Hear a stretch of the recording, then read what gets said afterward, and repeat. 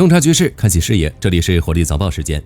美国援助断崖式下跌，欧洲扛起援乌大旗，900亿贷款能否填平缺口？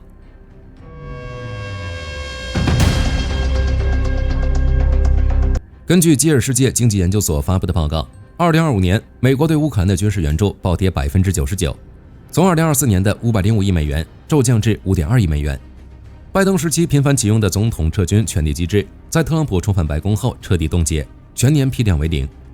为了保证乌克兰的安全，欧洲国家紧急补位。2025年欧洲对乌军事援助较2022年至2024年均值激增67%，达到约310亿美元。财政与人道援助提升59%，这笔输血让乌克兰的总体支持规模勉强维持稳定，但缺口依然清晰。2025年总军援较此前3年均值仍下滑13%。另一边，美国的援助角色从无偿出资彻底转向付费供货。特朗普政府启用了全新的 POIL 机制，由北约盟国根据乌克兰优先需求清单全额出资向美国采购武器后再交付基辅。2025年，24个捐助国通过该渠道向美国支付了约44亿美元，购入海马斯与爱国者防空导弹系统。北约出资，美国接单，乌克兰收货，这构成了新的援乌供应链。即使如此，欧盟也从未放弃援助乌克兰。目前，欧洲议会以458票对140票正式批准向乌克兰提供900亿欧元宏观金融贷款。这笔资金将覆盖2026至2027年乌克兰约2/3的预算需求，由欧盟共同预算担保。乌克兰战后以俄罗斯被冻结资产的收益偿还本金，欧盟预算承担利息。只是900亿只能维持2年运转，俄罗斯冻结资产的2100亿欧元至今因法律担保争议无法动用，并非所有欧盟国家都站在同一阵线。匈牙利、斯洛伐克、捷克明确退出贷款担保机制，拒绝为这笔钱背书。在基尔研究所的数据中，欧盟内部的援助失衡暴露得更彻底。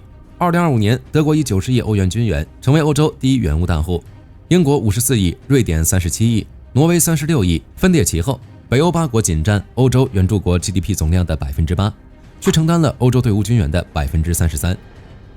相比之下，东欧国家军援占比从2022年的17%暴跌至2025年的2%，南欧从7%缩水至3%。芬兰国防部长在布鲁塞尔防长会上公开质疑，要求必须实现某种程度的负担分担。除了直接援助之外，欧洲盟友开始将订单投向乌克兰本土。2024年底，对乌国防工业直接采购占比仅为4%，2025年上半年升至12%，下半年飙升至22%的历史峰值。11个欧洲国家加入这一采购模式，丹麦是先行者。基尔研究所数据显示，乌克兰国防生产能力自2022年以来已增长35倍。华盛顿从出资者变为卖家，布鲁塞尔从协调者变为出纳。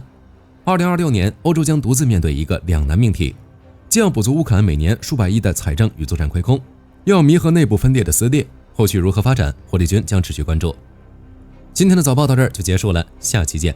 好的，各位观众朋友们，我们频道一直在聊真实的军事资讯和武器装备，后台也经常有朋友问，有没有值得推荐的入门级模型？今天就和大家分享一款近期接触到的产品。首先，它的外形还原度做得相当不错，比例准确，武器上的一些关键细节和标识也都有体现，材质也说得过去，拿在手上有不错的分量感。其次，它具备一定的可动性，对于理解基础操作原理有一定帮助，让它不仅是个静态摆件。综合它的做工和可玩性来看，价格确实比较亲民。对于想入门模型收藏，或者单纯想在桌上贴一个摆件的朋友来说，是一个性价比很高的选择。商品链接已经给你们上了，感兴趣的朋友可以自行了解。